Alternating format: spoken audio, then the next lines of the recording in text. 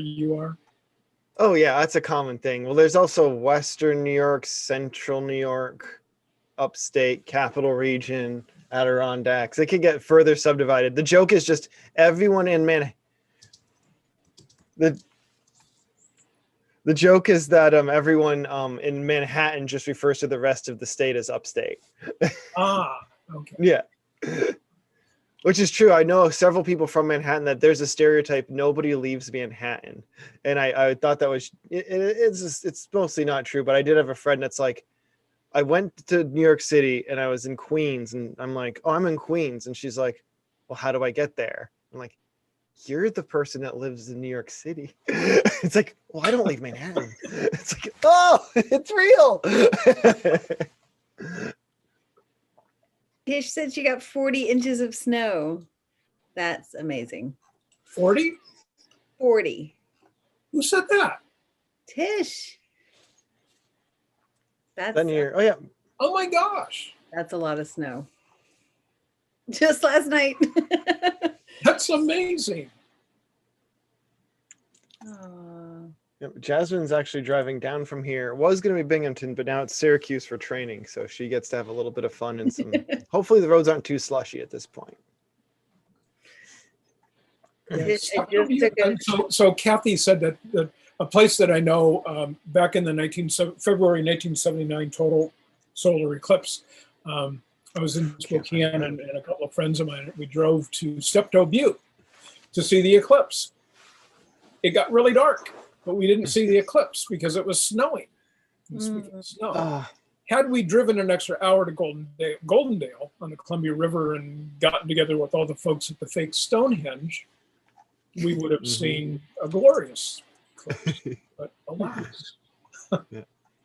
Oh, and since I spilled the beans earlier, I can do a little announcement when we formally start, which I will be starting now.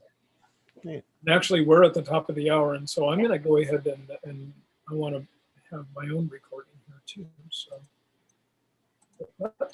let's go ahead and get started here, folks. And so hello, everyone, and welcome to the December NASA Night Sky Network member webinar. We're hosting tonight's webinar from all over the country. I'm in San Francisco. Vivian's in Berkeley, at least for another couple of weeks, and Dave is way up near Potsdam, New York. And then we have Robert in Michigan. So we're very excited to present this webinar with our guest speaker, Robert Nemiroff from Michigan Tech. Welcome to everyone joining us on the live stream on YouTube. We're very happy to have you with us. These webinars are monthly events for members of the Night Sky Network, though we are enjoying seeing a larger audience through the YouTube live stream. For more information about the NASA Night Sky Network, I think that there's a link somewhere on the YouTube page and the Astronomical Society of the Pacific. And so you can check the links there, and one of us will probably put some links into the chat at some point. Before we introduce Robert, here's Dave Prosper with a couple of announcements. He didn't know he was going to have an announcement. Oh, yeah. Yeah, I just want to let folks know the pins actually came in a little early, but it's right when we're about to go on break. And there's actually some extra work I got to do to get them ready. But you will be getting them starting in mid-January, folks, as long as you place your order. So here's a little preview of what they look like here. And is that a comet? Yes, we featured the Comet this year, and this is it's a little too close for it to pick up. But yeah, wanted to do Comet Neowise in this year's pin, and a lot of people are asking about restarting the year on the pin, so we've done both. So yeah, and here's a little tip for folks about a little insider info with the pin program. One thing that was very stressful was trying to figure out what to do in advance for the pins. We've had a couple of times where we'd have a mission that was scheduled to go, and we would feature them on the pins, and then the mission would get canceled. So, but we would be shipping those pins. So doing it for this year, it lets us make sure that everything is on schedule, or if there is a lovely surprise, that can be featured as well. So, but yep, they'll be coming your way starting in mid-January. And for more details, they're in our latest newsletter, and I'll put a link to the page again in the chat on Zoom. Other than that, Vivian, we're basically taking a break for the most part for the next 3 weeks. Is that right? Yep. Mhm. We'll be checking in if you really need us, but otherwise expect to hear from us in the beginning of January. Mm-hmm. Oh, wow. Someone went to school at the I University can't- of Potsdam. That is awesome. Oh, Tish. Awesome. So you know exactly where I am. Cool. All right. Well, anyway, that's it for me. Okay. So for those of you on Zoom, you can find the chat window and the Q&A window at the bottom edge of the Zoom window on your desktop. Please feel free to greet each other in the chat window or to let us know if you're having any technical difficulties. You can also send us an email at nightskyinfo@astrosociety.org. Also there in the chat, make sure that you go down to the bottom and select panelists and attendees. And so it says 2 panelists and attendees. It defaults to just panelists, and then the only people that can see your greetings are the 4 of us that you can see. Please reserve the Q&A window for all your questions. Don't put your questions in the chat. Please put them in the Q&A window. That really helps us to not lose your questions, and it will help us keep track of them. So again, I want to welcome everyone to the December webinar of the NASA Night Sky Network. This month, we welcome Robert Nemiroff to our webinar. I'm going to dispense with the usual introduction. You can read Robert's bio in the webinar description on the NSN website. I will say that he and Jerry Bennell created APOD in 1995. Hardly a day goes by when I don't go to APOD to see the new image. Many times they display great beauty, other times not so much. They frequently celebrate human exploration of space and the various instruments and robots that do our bidding. If I need an image to demonstrate an astronomical phenomenon for a talk or workshop, my first stop is always APOD. APOD teaches me things I didn't know I didn't know. It brings wonder and awe, provides a glimpse behind the curtain of the universe beyond and our place therein. It gives us pause to reflect on the human condition and provides a bright spot when perhaps the rest is dark. Thank you, Robert, for coming here this evening to share with us your work that provides such great joy to so many. So please welcome Robert Nemiroff. Thank you very much. Okay, I will now attempt to share my screen here. Oops. You may receive a mild shock. Let's see. Here we go.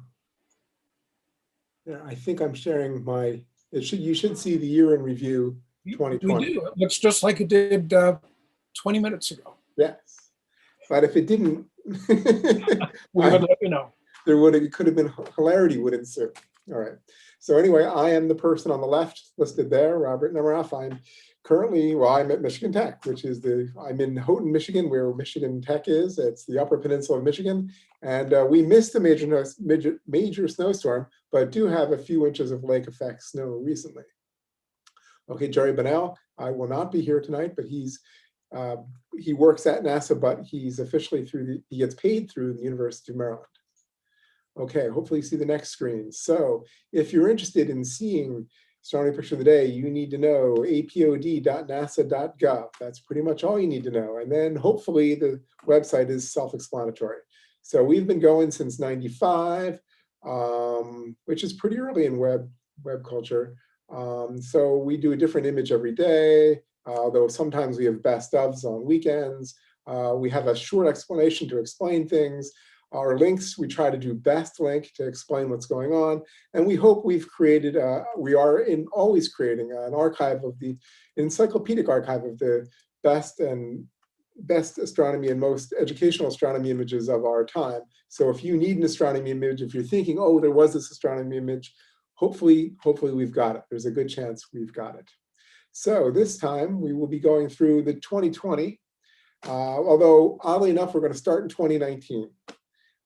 So I'll go through the end of last year, and then we'll go through almost all of 2020. I understand not all of 2020 has happened yet, which may or may not be a good thing. Okay, so this is from November of 2019. So on the upper left, I think you can see my cursor.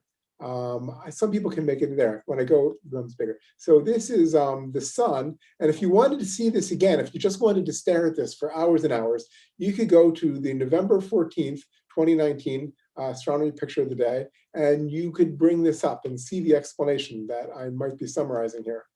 All of the images and videos you'll see today are all on APOD, and I always try to have, I think for this time, I always do have the day that you can find them on. Okay, so this is Mercury and the quiet sun.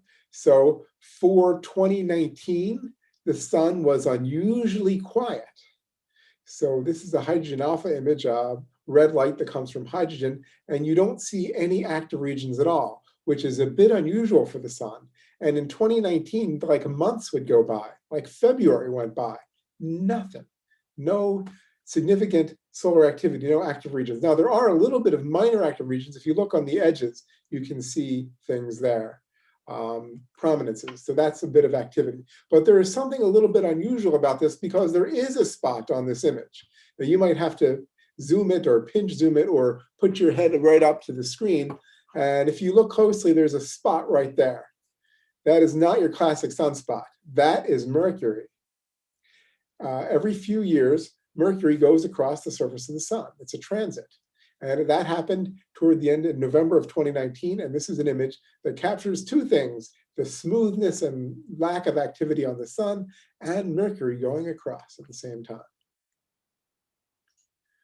Okay, so in the very beginning of 2019, the New Horizons spacecraft zipped past asteroid Arrokoth, and only later from images was a movie made. And so for the idea, we didn't know what we were going to see. So there's two planetesimals apparently that spiraled in together and then came together. This used to be called Ultima Thule, but then it was renamed by the International Astronomical Union, the same people who demoted Pluto, and into Arrokoth. The name was renamed Arrokoth. So this is a video, so you should see this. This is what it saw as it went by. And actually you learn a bit by seeing it go by. It's so good, I'll play it again. So you can see on one side craters that you couldn't normally see. And actually I want to see the video again. So also you can see that this back part there, one of the lobes, was originally thought to be mostly spherical, sort of blobby spherical, but now it's thought to be blobby pancakey, thick pancakey. So we learned a little bit more about that. So this taught us about some of the early solar system and how planetesimals looked in the early solar system, not lots of big craters, and how two of them apparently collided. Okay, so 2020 was a big year for many reasons, but we're going to highlight the astronomy reasons. Asteroid Bennu was visited by the robotic spacecraft OSIRIS-REx of NASA. So here's a picture of Bennu, and it is lots of rocks. It's about 500 meters across. And so early in the year, or last year, NASA was trying to pick places that OSIRIS-REx would touch Bennu to collect a sample.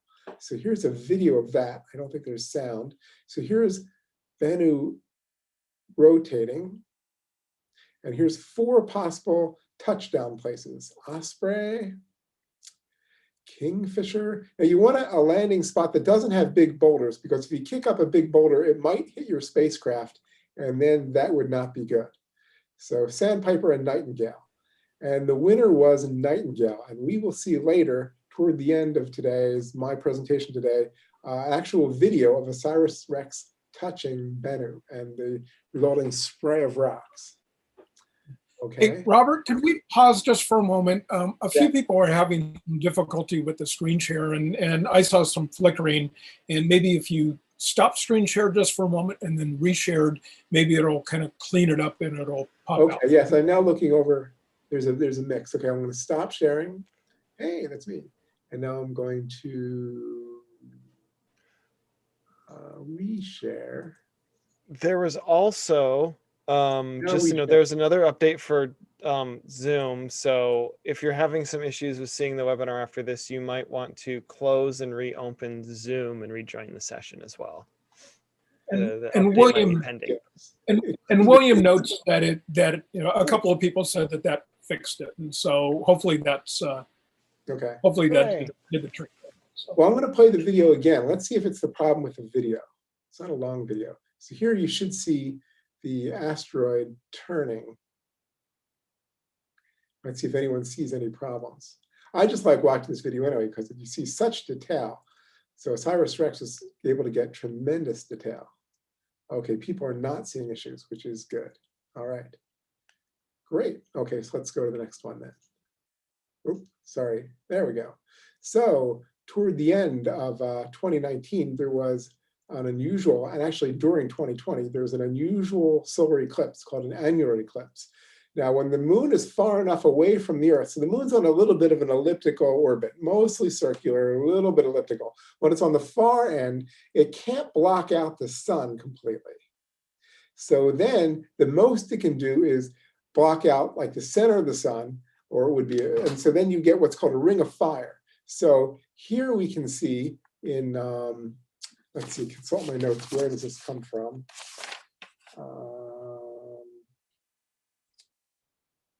Qatar, which is in the Middle East, you can see the sun rising with the moon in front of it. The sun's so bright you can't see the moon. Also, the moon's a new moon, so you couldn't really see it well anyway.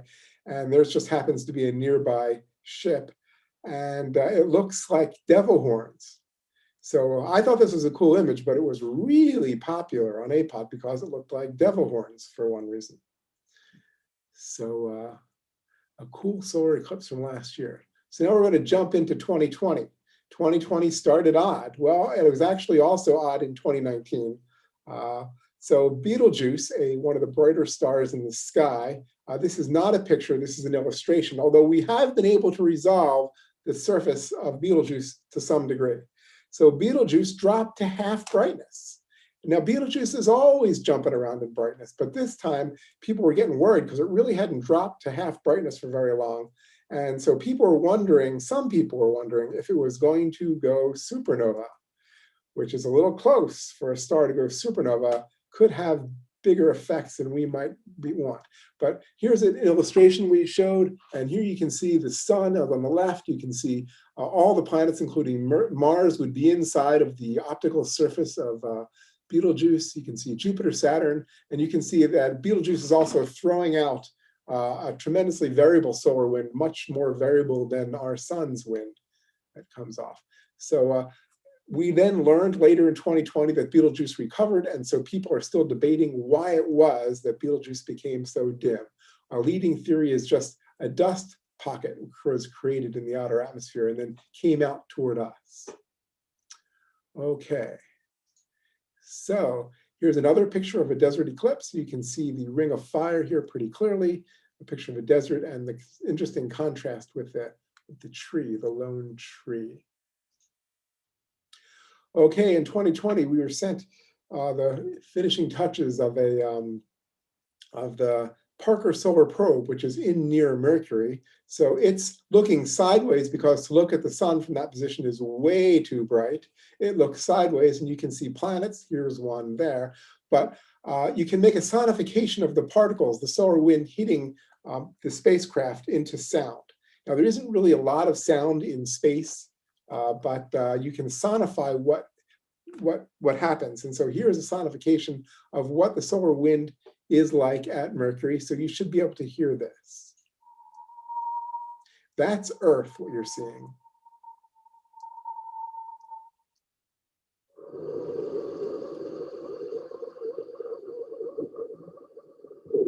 A different type of sound. Jupiter. Mercury.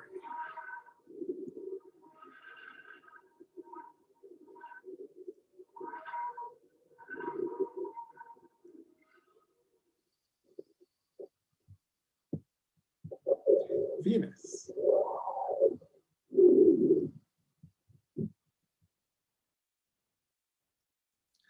Okay, so we've learned that the solar wind is actually surprisingly different near Mercury than it is near the Earth.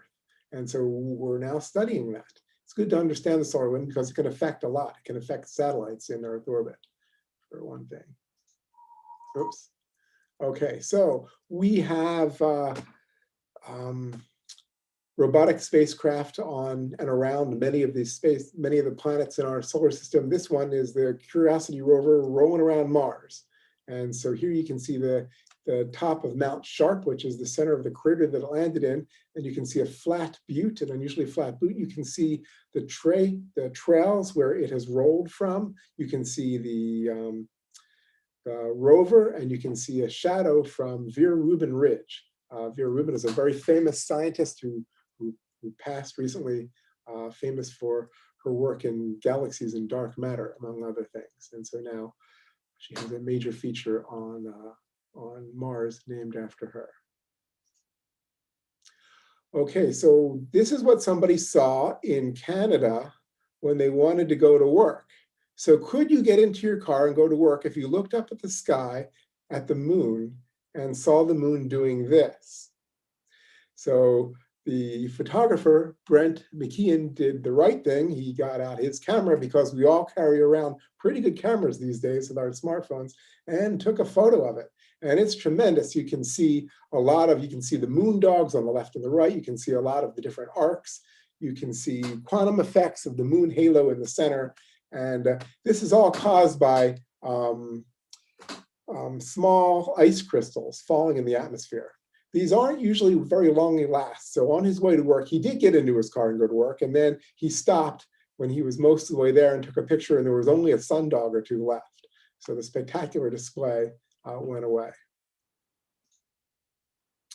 Okay, so a reconstruction of what happened to Apollo 13 in 1970 was done with images from the Lunar Reconnaissance Orbiter. And so this is a video that, so the Apollo 13 astronauts, as you might know, had a big problem. It's Houston, we have a problem. They had an oxygen canister explode, and it was questionable as to whether they'd be able to get back home. And the only way to get back to Earth on the way to the moon is to go around the moon. And so they went around the moon, and when they were out of Earth contact, they saw a lot of the detailed images of the lunar surface. So we're going to run this now. So there's the Earth going behind the moon. They are now out of radio contact. This is time lapse. Sun rises.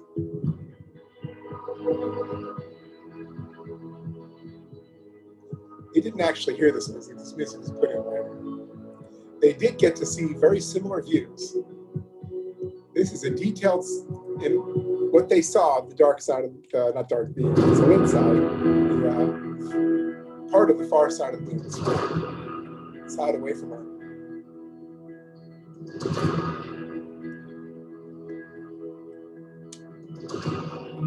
Far side of the moon.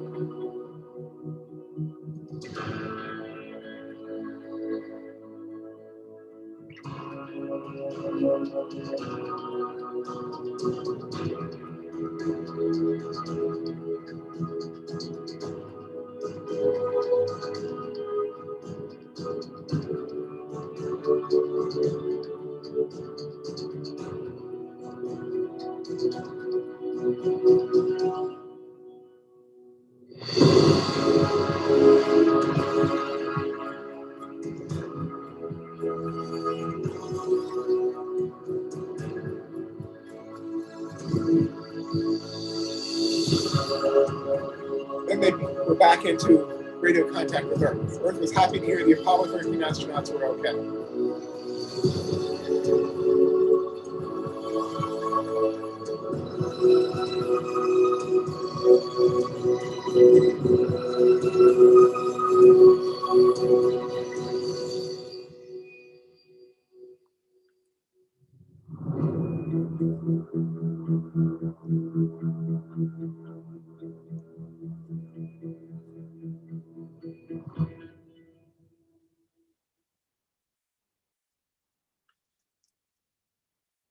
And as we're happy to know, the Apollo 13 astronauts did return safely after a tremendous amount of work by them and the engineers on the ground. So that was a relief and a success. Okay, so this was on April 1st. So we got to challenge our readers. Is this the asteroid you just saw? Is this Arrow, or is this a potato? So we don't actually go looking for potatoes that look like asteroids. So, but we were sent this and we just thought it was great.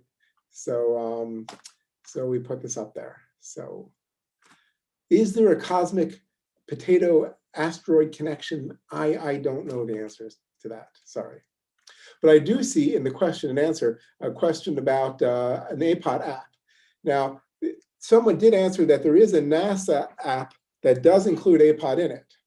But there are also several apps that are created just for pretty much most major operating systems.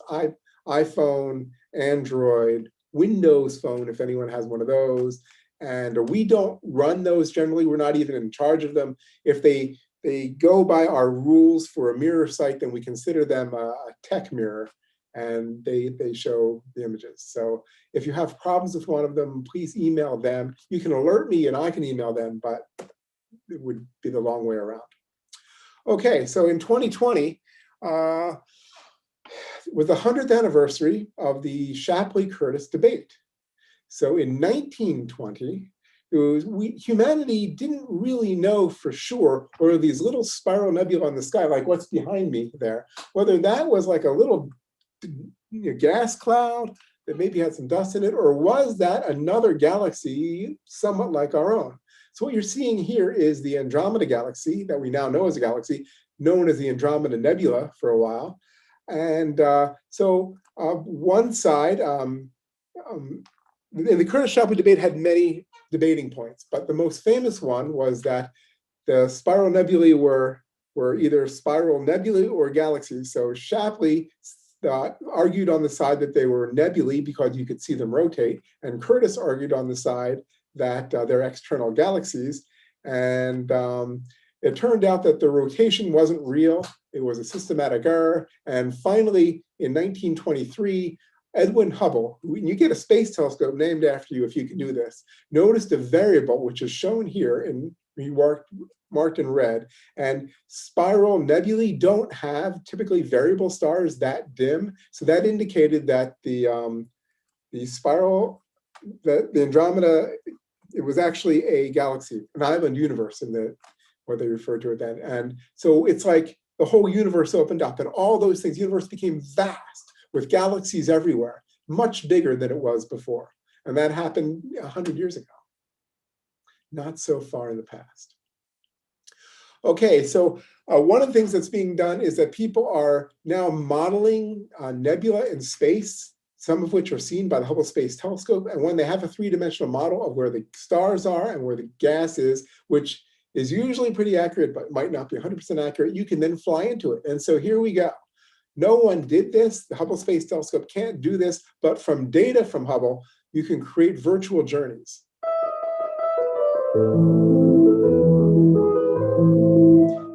Go into the cosmic reef nebula. You can see a star cluster.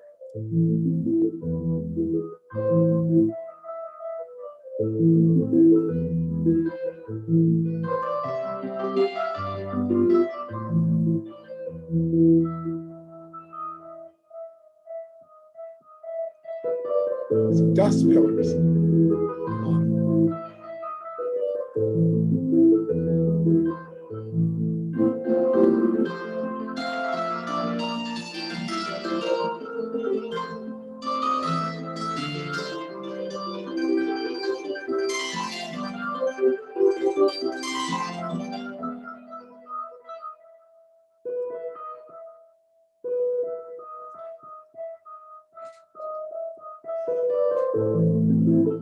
So what you see at the end is an associated nebula that is actually a planetary nebula, and you can see the hourglass shape of it. And that's mostly, the blue glow is caused by trace amounts of oxygen that gets excited and then emits blue light. Other light too, but blue light in bands that we can see.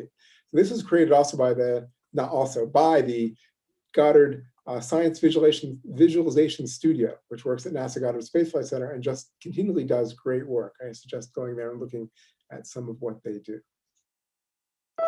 All right, so this is the big story for 2020, a battle between two species, humanity and a coronavirus, a novel coronavirus. So here you see a human cell covered by little dots, which are the virus. And this is unfortunately a battle to the end between two species. The people might have guessed that we would be attacked by green Martians that had tentacles, but that's not what happened.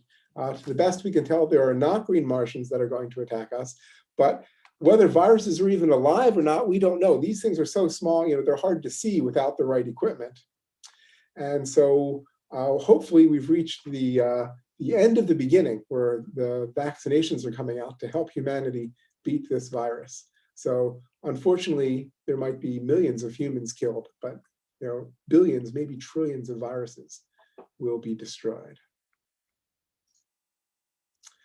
Okay, so there was another annular eclipse, this time in 2020, but many times people spend time reducing the data and the images they have from past eclipses. So this was actually data and images from an eclipse in 2013, but we showed it in the run-up to the June annular eclipse. So I'll play this one. And this is what happens when you see a sun rise in eclipse. It looks surreal. Here we go. Put on your seatbelts.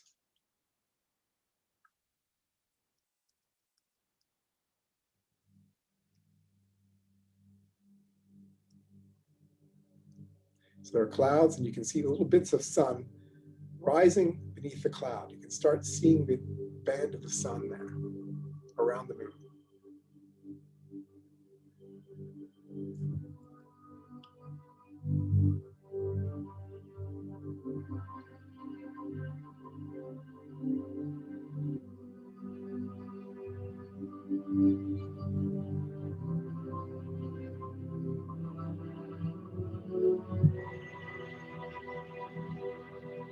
Here at the bottom, you see an inversion layer of the Earth, making the whole thing look squashed, but then it rises high enough so it's not squashed.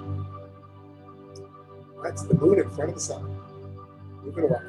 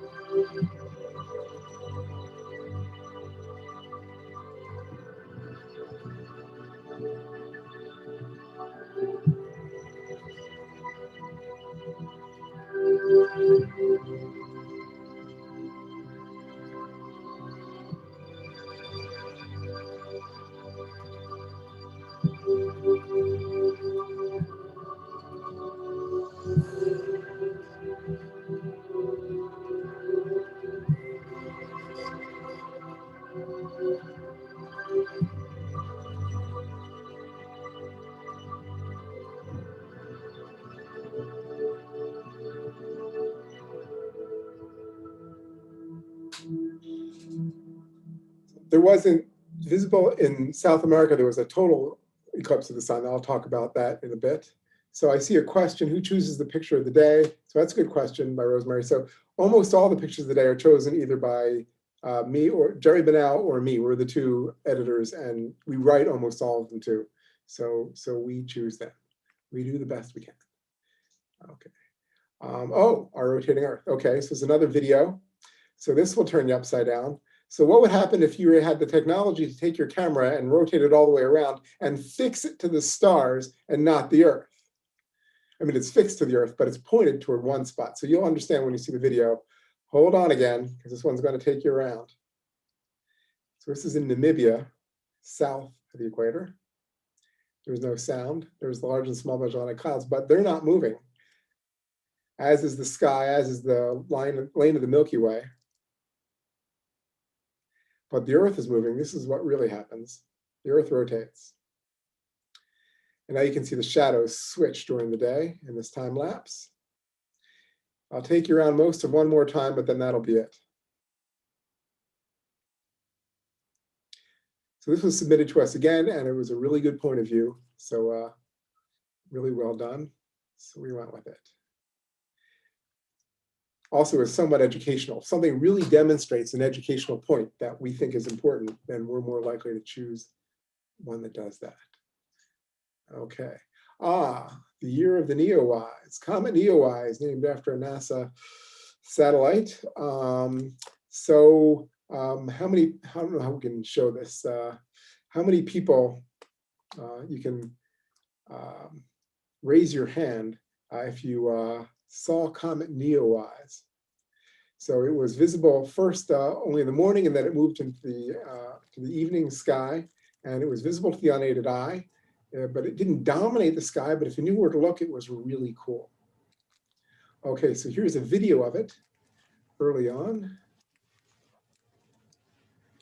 Here it is, and you can see noctilucent clouds as it rises, and the sun eventually causes it to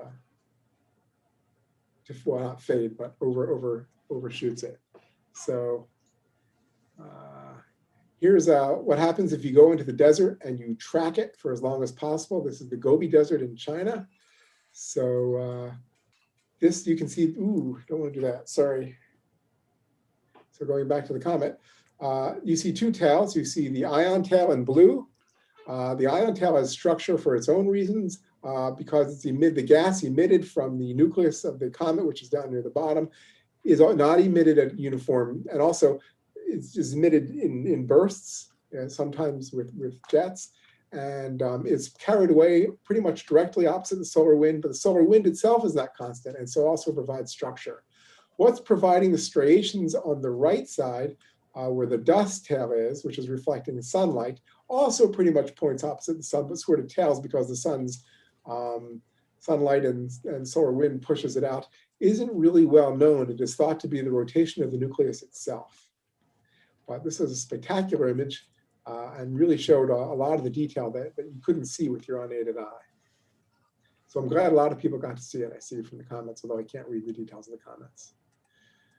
Okay, so this is another year of the black holes. There was more data coming in from the Event Horizon Telescope, but also people were interested in what you can see with a black hole. So this is actually a visualization done at NASA's Goddard Space Flight Center. So this is what happens if you could go up and see an accretion disk of a black hole. It's a video, so I'll put it into motion pretty soon. So the gravitational lens action, the gravity of the black hole means that there's no part of the accretion disk that's blocked from you. Stuff that would be behind a planet or a star is pulled around the top or the bottom. And so you get some very unusual visual effects. So I'm going to play this video, and you're going to see the rotation of the disk go around. But now we're going to do an orbit over the top, the poles of the black hole. And you can see what you see from there. These are some very interesting visual effects. And they're relevant because we're the Event Horizon Telescope and other projects are resolving the event horizon scale of black holes, both in the center of a galaxy and the largest galaxies nearby to us. Okay, so here's a video of SS433. So this is a very unusual, it's been known about for a while, a very unusual binary star system. So you see one of the normal stars on the right, and you see something that's either a neutron star or a black hole on the left, and it's emitting jets in both directions, very fast jets. They're known to be near the speed of light. Now, stuff gets pulled off of the relatively normal star, orbits around an accretion disk, and then some of it gets shot out the poles. So took a while to understand this. Here's the visualization. This is an illustration. This is not an actual video. This is a reconstruction based on what we know. It's an animation. What we can see is that there's a spiral structure that goes out into the surrounding nebula. And now when we look in gamma ray light, we can also see some unusual things, including there's a gamma ray signal that has the same time scale of variation as can be seen inside the center of the SS-433 structure itself, which is unexpected and currently under investigation. So SS-433 was back in the news in 2020. A little bit like a quasar, a little bit like the center of a quasar. Okay. So we're in a golden age of finding out about exoplanets, planets that orbit stars other than the sun. And so almost all of the planets in our solar system pretty much orbit pretty close to a line within a few degrees of a plane. So that's why Jupiter and Saturn can go so close to each other, because they're pretty much orbiting in the same plane, and also the plane of Earth in the same plane that Venus orbits in. But by discovery of GW Orionis, and again, this is an illustration, we can see 3 planes here. So this planetary system might have planets orbiting not in one plane, but in at least 3. So here we're going to do an orbit around it, an animated orbit. And then we're going to zoom in and see a lot of the dust, this gas stuff here, will condense into planetesimals, which will collide with each other, just like we saw in Arrokoth.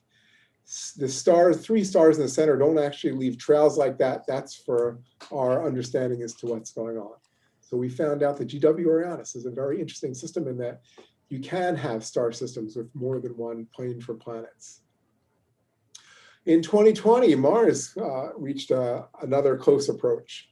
And so here you can see over 2020, going from 3 March all the way to September 26. I think it got even closer. Closest approach, I think, was in early October.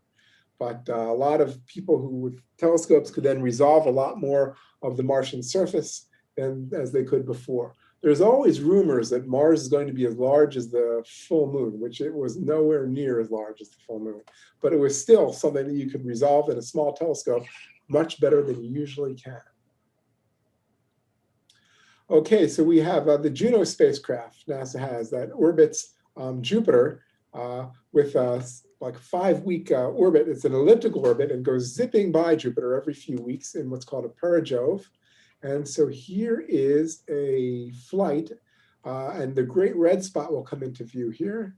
So I'll start this off. So the images were from Juno. An amateur, Kevin Gill, downloaded the images, which are all available, and processed them into videos by interpolating between frames. He set it to music by Vangelis. This is fun to make full screen. So you should go to this APOD, make it full screen, later tonight, and just listen to this. Lots of unusual cloud systems, most of which are larger than the Earth.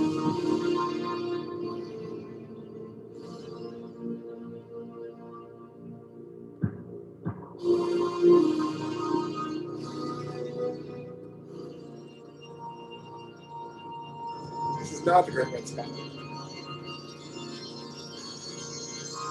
And the music is not Phantom of the Opera. Close though.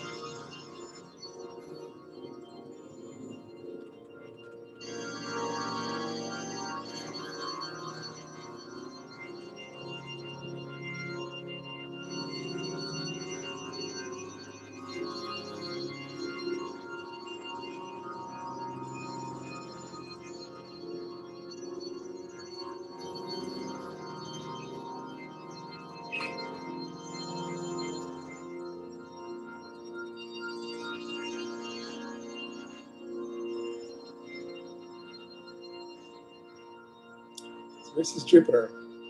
A lot of bands of clouds that go around the planet.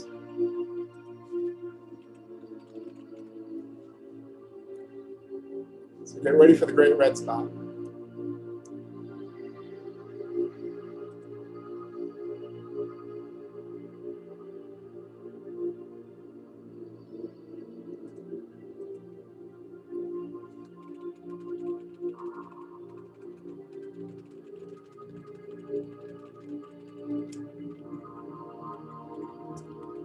There it is. That's a Great Red Spot.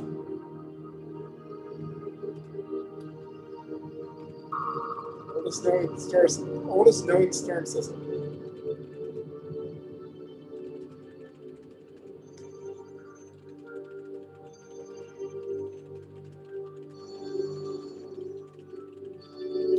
So the flight path is elliptical. It's going a little fast for me now.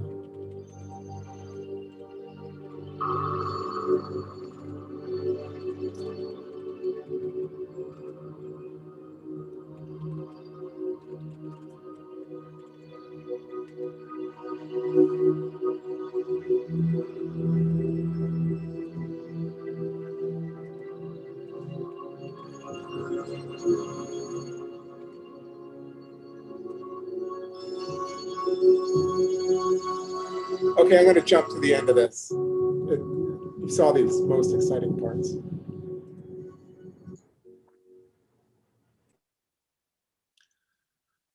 Okay, it's an elliptical flight path. Let's see. Can you download the entire APOD archive? Not easily, no. We are asked that sometimes, I'm sorry. You can, there are sonified, read aloud on YouTube, so you can actually shuffle them on YouTube and have them play one after the other. Okay, let's see. Oh, real big these days, Saturn and Jupiter are moving closer together. This was taken in October over Dolomites, the Alps, Italian Alps. And here you can see Jupiter, the brighter one, Saturn, the not as brighter one. And the astrophotographer, I believe, is on the left. And they're admiring these two planets as they come together. And they are continuing to come together. And in a few days, they will be so close that if they be within 1/10 of a degree of each other, I believe. The full moon could easily cover them. Okay, it was the year of an unexpected news from Venus, where phosphine was claimed to be seen in the atmosphere of Venus. So phosphine involves phosphorus. So in one sense, who cares if there's some unusual element in the atmosphere of Venus? But phosphine is hard to create by any other than life forms, so far as we know, which indicates that there might be microbes floating in the atmosphere, high enough atmosphere of Venus, which is a really interesting possibility. It was a possibility that had been thought of previously, but there was no evidence for it. And suddenly there was evidence for it. One question is, what would these microbes eat? And they would have to be nutrients. So another discovery in 2020 is that there is likely volcanism that's occurring on Venus. There are hot spots on Venus that are still warm near where we know volcanoes are. How can that be? It's likely those volcanoes are still active. So they could produce plumes that would go up into the atmosphere and they might provide nutrients for the microbes. However, phosphine detection is now somewhat controversial. There are people who claim not to see it. And so we're getting into data analysis issues. Other instruments will be brought to bear. This is a very big issue because if it's true, it would be tremendous. It would be the first clear discovery of life outside of Earth, and it would be in the planet that's usually the most closest. And it would be a big surprise. But right now, science is just not a set of facts. Science is a frontier. And sometimes getting through that frontier is difficult. And people make reasonable claims, and then they have to be verified. So that's where we are right now with microbes on Venus. We don't really know for sure. We're checking into it. Okay, so here's the video I promised, tagging Bennu. So this is OSIRIS-REx is going to be going down to the surface, and it's going to have like a straight arm, and it's going to bang into Bennu. There's going to be debris coming up. So let's do that. So it's, here you see Bennu choppy as it goes underneath. It rotates, as we saw. So OSIRIS-REx is moving in, getting closer. There it sees the Nightingale landing spot. Soon you'll see the shadow of the arm that's going to touch it.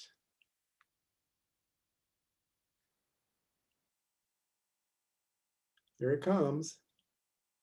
Bang. And it was able to capture a lot of debris that has now been saved. And there's a little bit of drama there too, but now it's on its way back. I believe it will reach Earth in 2023. and then we can analyze that. A similar asteroid, Ryugu, has just had, was landed on by Hayabusa 2 from Japan. So this is an epoch of our human civilization where we're actually being able to sample nearby asteroids and figure out what they're made out of. We already know sort of what they're made of, but the details. And that tells us about the early solar system as well. Okay. So I don't know if it captured too much. It might have. If someone knows the detail of that, I don't know. So in 2020 was another big year because we discovered, and it was released, many more black holes that were spiraling in together to release gravitational radiation that we could finally see here on Earth with instruments like LIGO and Virgo. So there's two huge, so when you look at the sky in visible light, you see planets and nearby stars mostly, and of course our sun. But when you look at this sky in gravitational radiation, a completely different kind of radiation, you see something completely different. You don't see nearby stuff. You see far away black holes typically spiraling in. And you also see on the bottom some lower mass neutron stars spiraling in. And so we're making sense of this universe that's actually going to help us calibrate the distance scale of our universe, hopefully better than we've ever had it before. And some of these black holes that we're seeing are in unexpected mass ranges, and we're not even sure what the ones between 2 and 5 are. Are they neutron stars? Are they black holes? We don't know. Possibly better data will analyze that. So we're in the prime of the Virgo LIGO gravitational wave detections, and we're figuring out what the sky looks like there. Okay, this is something that many of you have seen. I don't know, maybe people can raise their hand or do a quick chat if you've gone outside to see Saturn and Jupiter coming closer together. It's been happening for several months. So this graphic shows what they look like coming from the beginning of November. And the closest point is coming up in a few days in December 21st. Please, this happens toward the southwest, just as the sun is setting and just after sunsets. If you're too busy and you come out and a few hours later, you've missed it. They've set already, okay? But they're pretty bright. So once the sun's down far enough, you can see them in the dusk sky, and they're bright enough, you'll notice them, and you'll notice they're unusually close together too. And so many people with small telescopes and big telescopes will be looking at them and taking really great images. The images will be able to see the bands of Jupiter, the bright satellites of Jupiter, the rings of Saturn, and probably Titan, all in the same frame. So we're excited about those possibilities. And it's something that everybody can participate in. Everybody can at least see these two get really close together. Okay, so this is today's APOD. So the Gemini meteor shower was a few days ago, and so we're getting lots of good images, some of them enhancing the meteors more than you might easily see. And so this is again over the Dolomites, which is not the only mountain range in Europe or Italy, but it's a favorite of astrophotographers because it's photogenic. So here you can see a lot of meteors. You can sort of trace them back. Ooh, sorry. Let's go back. You can trace them back to the radiant of the meteor shower, which is just over the top of the screen. And hopefully the person who lives in this cabin right there, hopefully they were able to see some of these meteors. I don't know, I'm just hoping. Okay, guess what? It's not December 18th yet. That's tomorrow. This is tomorrow's APOD. So, diamond in the sky. This is a diamond ring effect from the solar eclipse that just happened a couple days ago, visible in South America. A lot of images coming from Argentina. And so here you can see the moon blocking the entire sun. So the moon is close enough to this. You can see some bright pink gas around the edges, prominences around the edges. You can see the moon, the sun just poking out a little bit, looks like a diamond ring a bit. So that's tomorrow's APOD. And so many times we're asked, what is the most popular APOD of the past year? So drum roll, please. There it is. A moon dressed like Saturn. This image was sent to us from Guatemala. So here you can see just the moon. It's a crescent moon. And it happened to go through a cloud deck that was seen pretty much edge on. and the moon looks looks a lot like Saturn. So this is something you could say, hey, come out and see this. You would only have a couple of minutes, but several people did go out and see it, and it just looks surreal. And so we got an image of this, and we posted it, and it was very, very popular, the most popular of the past year.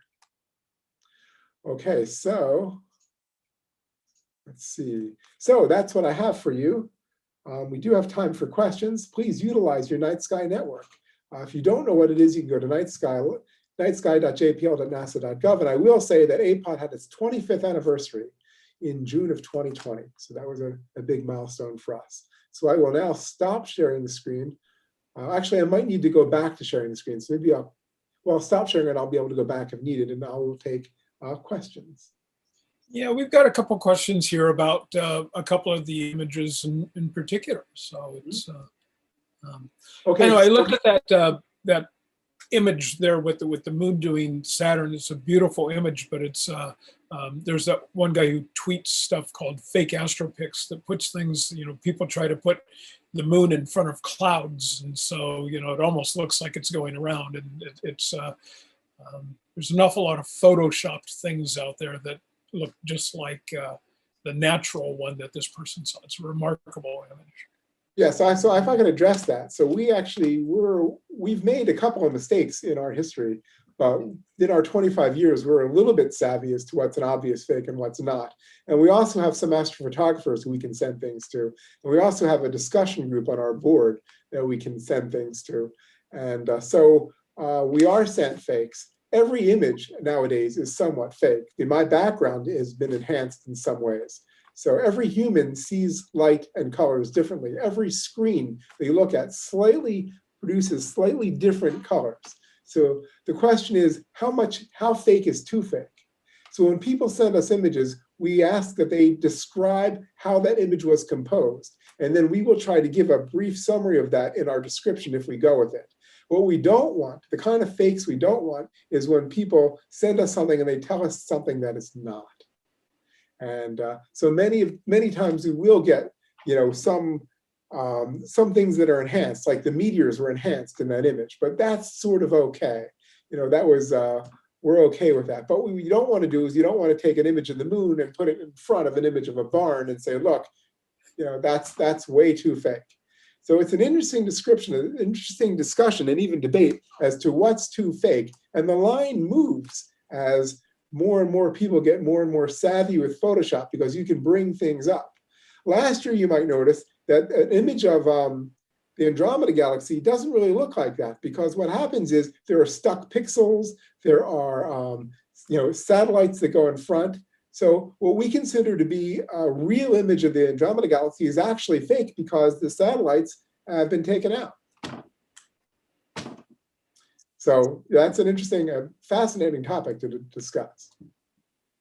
Okay, so I know that you always put in the description, you always note whether or not it's a composite image, if parts of it were taken at different times, and I think that you do a lot of due diligence to make sure that people understand that there's been some processing going on, and I appreciate seeing that when you note that. So yes, thank you.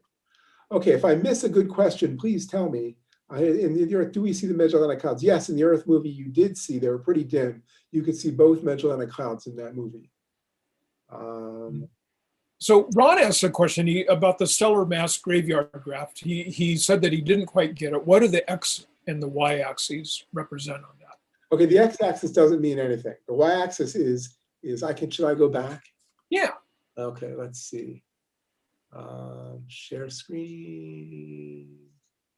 Here we are, back in, okay, trying to go backwards. That one was pretty close to the end.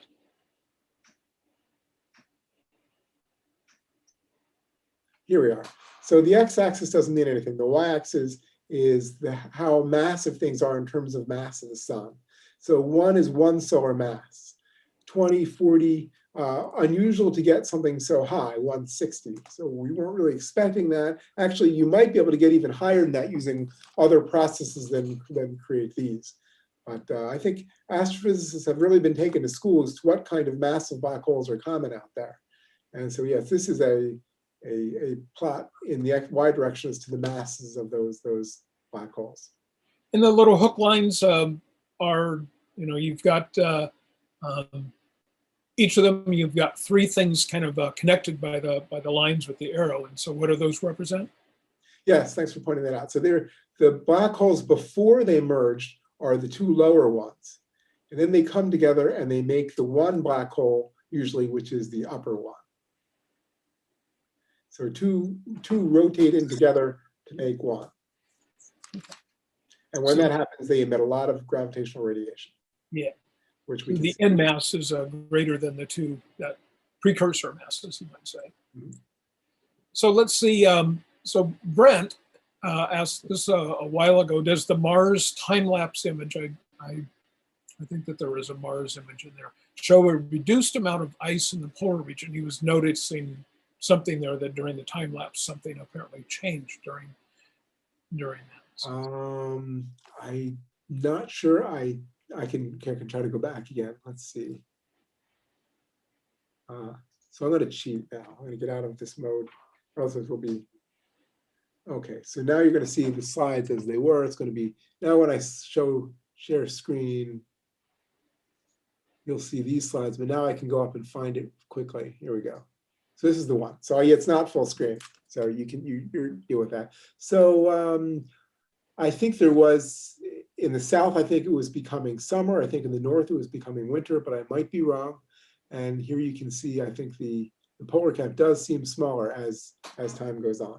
If someone knows more about Mars than I do, I actually was looking into some things on Mars recently, but I forget whether it's north or south. That's winter's approaching. But it's a good question. And yet you will see differences in the poles as the seasons go. That is something you will definitely see. All right. Good. So let's see, what else do we got here? So we had Robert asked a question about for the upcoming Jupiter-Saturn conjunction, do you know of anyone that's going to be live streaming on the 21st? And then Stuart actually noted in the chat that they're doing a live feed from their observatory, charlotteastronomers.org. So it looks like at least one of our attendees, they're going to be streaming something. I don't know whether anyone else is or not. Yeah, I've heard rumors looking on the web that there will be some planetariums or observatories or enthusiasts that will be doing that. I don't have one I can suggest to you right now. I know NASA has some coverage, but I don't think they're going to be live streaming it. I know they've got a website talking about it, and they have another website besides APOD. They have another website that tells you how to take photographs of it. But yeah, I would look around. Maybe SLU.com sounds like the kind of organization that would be doing this, and I know they're very professional. So yeah, I think if you look around, you'll find that. Okay. And I know that we're up here at the top of the hour, but let's two more questions, and so one of these I'm going to save for the last one. Craig just popped one in. Do you do photographs exclusively? Do you ever do drawings and things like that are not photos? Yeah, well, we do videos, and occasionally we will do a drawing, and we have done, I think, 1 or 2 quilts. So yes, we've done. That was cool. I'm going to have to go back and look for those. So. Yeah. One that gets me that I remember is that we had a drawing of what Mars was thought to look like when it had canals by Percival Lowell, right next to a modern image of Mars, showing that he wasn't completely imagining the dark features, but they really weren't canals made by Martians. So that was one that included a drawing. So Joseph, and we'll make this the last question, and I'm going to elaborate on this just a little bit. Joseph says, what do you look forward to seeing from the James Webb Telescope to see first? And I'm going to elaborate on that and say, what sorts of images are you looking forward to maybe featuring that you haven't maybe had a chance to have an image of? Do you solicit images for different things sometimes, or is it always people submitting things? So. Okay, so sometimes we do ask for images, but that's kind of rare because the amateur astronomy community is usually well ahead of us. And they're sending us things and ideas, before we even think of them.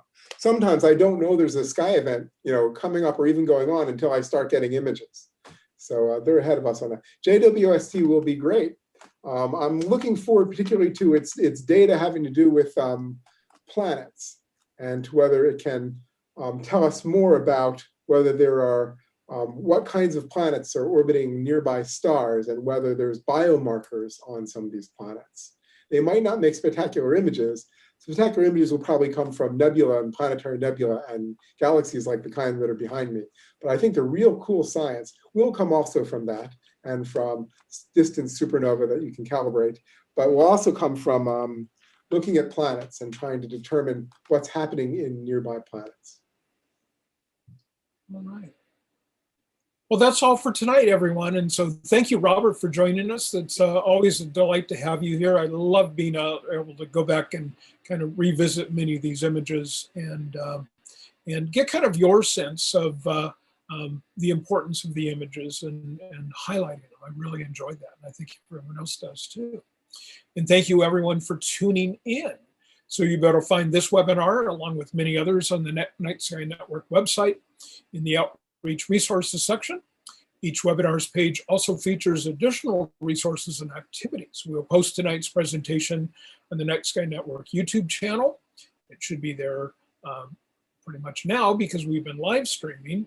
But also join us for our next webinar on Thursday, January 28th, when Kelly Beatty will join us and share a presentation on light pollution. So keep looking up, and we will see you next month. Thanks. You've been a great audience. Thank you.